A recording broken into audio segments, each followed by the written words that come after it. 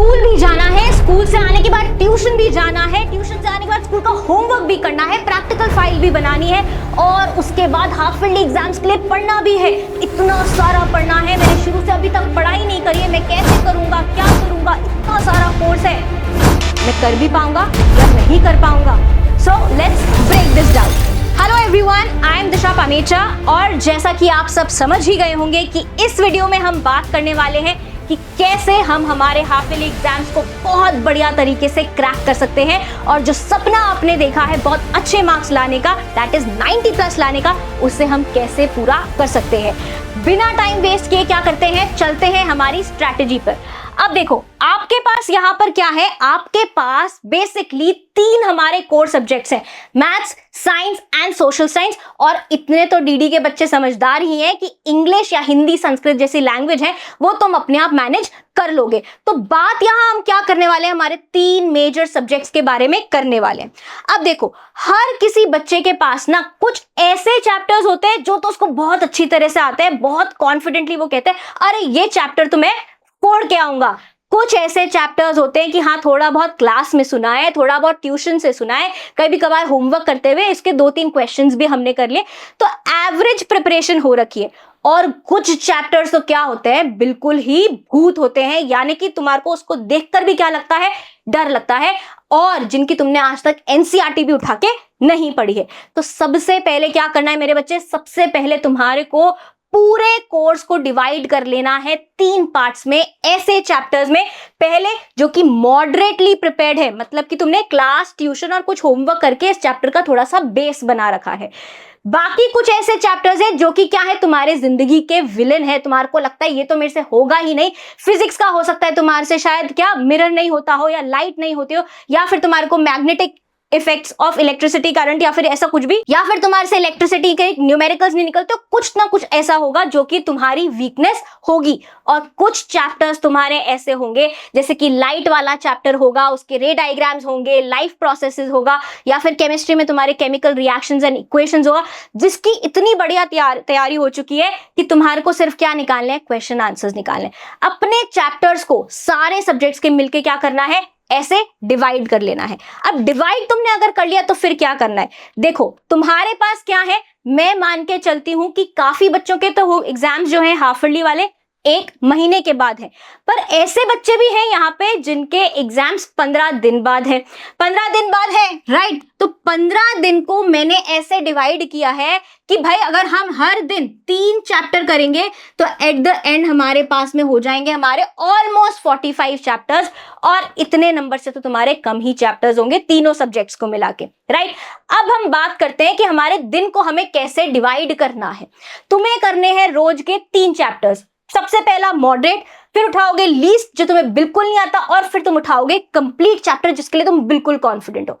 अब बात करते हैं तैयारी की, मॉडरेट चैप्टर को कैसे तैयार करना है। देखो, मॉडरेट चैप्टर तुम्हारा थोड़ा बेस बना हुआ है, क्लास में, ट्यूशन टीचर से, या फिर तुमने कुछ वीडियोस भी उसकी देख रखी हैं, तो इसकी तैयारी तुम बहुत आसानी से कर सकते हो। कैसे करोगे, देखो सबसे पहले तुम्हें क्या करना है, उसका 1 शॉट चलाना है। 1 शॉट चलाने से क्या होगा, तुम्हारे को पूरा चैप्टर एक चक्री की तरह रिवाइज हो जाएगा। जैसे ही चैप्टर तुम्हारा रिवाइज हुआ, तुम्हें क्या लगा लेने हैं, एनसीईआरटी के पीछे के क्वेश्चन आंसर्स। जैसे तुमने ये लगाए, तुम्हारा डोपामीन लेवल हो जाएगा बहुत ही बढ़िया, और डोपामीन लेवल जैसे ही तुम्हारा बढ़िया हो जाएगा, तुम्हें आ जाएगा स्वाद, यानी कि अब तुम रेडी हो प्रीवियस ईयर के क्वेश्चंस लगाने के लिए। ये जो मॉडरेट चैप्टर्स है ना बच्चे, ये क्या है, ये है हमारी दाल रोटी। इनसे हमारा क्या बनेगा, इनसे हमारा मार्क्स का ऑलमोस्ट 50 से 60% कवर हो जाएगा। यानी कि तुमने क्या खा लिया, मेन कोर्स तो तुमने खा लिया, लेकिन अब मेन कोर्स में एक कड़वी सब्जी तो पक्का होती है, दैट इज करेला। और वो क्या है हमारे, वो है हमारे ये लीस्ट चैप्टर्स, जिनको उठाने से भी तुम्हारे हाथ कांपते हैं। अब इनको कैसे तैयार करना है भाई, इनको क्या करना है, 1 शॉट उठाओ, और सिर्फ 1 शॉट नहीं उठाना, एनसीईआरटी भी उठानी है। पढ़ते जाओ, हाईलाइट करते जाओ, मार्क करते जाओ फटाफट। आपको वन शॉट में ये भी पता चलता जाएगा कौन सा चैप्टर का पार्ट इंपॉर्टेंट है, किससे ज्यादा क्वेश्चंस आते हैं। ये सब जब तुम्हें पता चल जाएगा, तुम्हारे दिमाग में जो इन चैप्टर्स की चक्री है ना, वो जो रुकी हुई थी वो घूमने लग जाएगी। और जैसे ही चक्री घूमने लगे, क्या लगा लेने हैं, फिर से वही क्वेश्चन आंसर लगाने हैं। और क्वेश्चन आंसर्स एक बार तुमने लगाए तो तुम्हारी रुकी हुई चक्री रफत में आ जाएगी। और क्या होना है, साथ ही में एक बार प्रीवियस ईयर के क्वेश्चंस उठा के देख लेना। ठीक है, तो टच हो गए तुम्हारे ये चैप्टर्स और काफी हद तक तुम्हारे ये चैप्टर्स बहुत बढ़िया हो जाएंगे। तो ये क्या है तुम्हारे, ये ऑलमोस्ट तुम्हारा पेपर का 10 to 15% यहां कवर हो जाते हैं। अब आ गया भाई, हमने इतनी मेहनत कर ली, हमने दाल चावल रोटी खा ली, हमने करेले की सब्जी भी खा ली, पूरा हमने खाना खत्म कर लिया मम्मी, अब तो मीठा बनता ही है। यानी कि जो डोपामिन यहाँ पे थोड़ा सा ऊपर गया था, तुम्हें थोड़ा सा कॉन्फिडेंस फील हुआ था, यहाँ पे हो सकता है वो थोड़ा कम हो गया हो। लेकिन ये जो कंप्लीट चैप्टर्स जो है ना, ये आए हैं तुम्हारे मीठे की तरह, तुम्हारे रिवॉर्ड की तरह, और ये वापस तुम्हारे डोपामिन लेवल को बढ़ा देंगे। इनकम्प्लीट चैप्टर्स में तुम्हें क्या करना है, ये वो चैप्टर्स है जिनके तुम वन शॉट देख चुके हो, एनसीईआरटी से पढ़ चुके हो, अच्छे से दिमाग में तुम्हारे चैप्टर्स क्लियर है। ये वो चैप्टर्स है जो तुम्हारे फेवरेट रह चुके हैं, यानी कि तुम जाके किसी और को भी पढ़ा के आ सकते हो।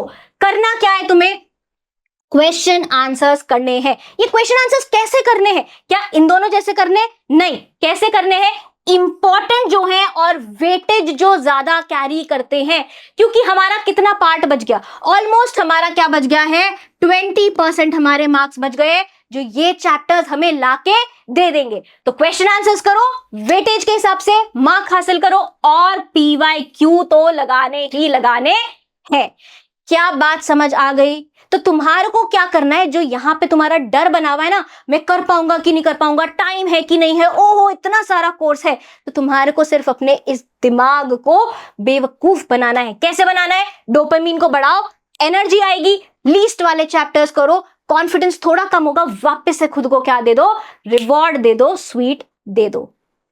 अगर तुमने ऐसे फॉलो कर लिया 15 दिन तक, तो मेरी गारंटी है तुम्हारे 90% कहीं नहीं जा रहे हैं। 90% नहीं तो 85% तो लिख के ले लो। बात समझ आई कि नहीं?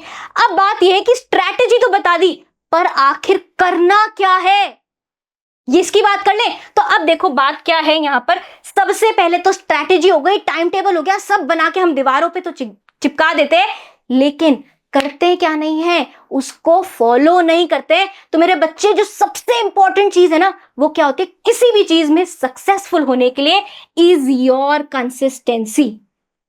अब आप कहोगे मैम हमारे इन छोटे कंधों पे इतना ज्यादा बोझ है, स्कूल भी जाना है, ट्यूशन भी जाना है, स्कूल का होमवर्क भी करना है, ट्यूशन का भी होमवर्क करना है, स्कूल में मैम ये क्या फालतू के प्रोजेक्ट्स देते रहते हैं, फाइल्स बनवाते रहते हैं, ये सब करना है, इसमें मैं कैसे पढ़ूं? तो करना क्या है, सिर्फ कंसिस्टेंट रहना है।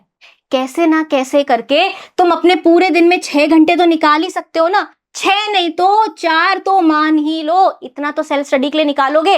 और उसमें भी मैं क्या कह रही हूं, एक टेक्निक लेकर आई हूं, पोमोडोरो टेक्निक। ये क्या है, 25 मिनट पढ़ो, 5 मिनट का ब्रेक ले लो, फिर 25 मिनट पढ़ो, 5 मिनट का ब्रेक ले लो।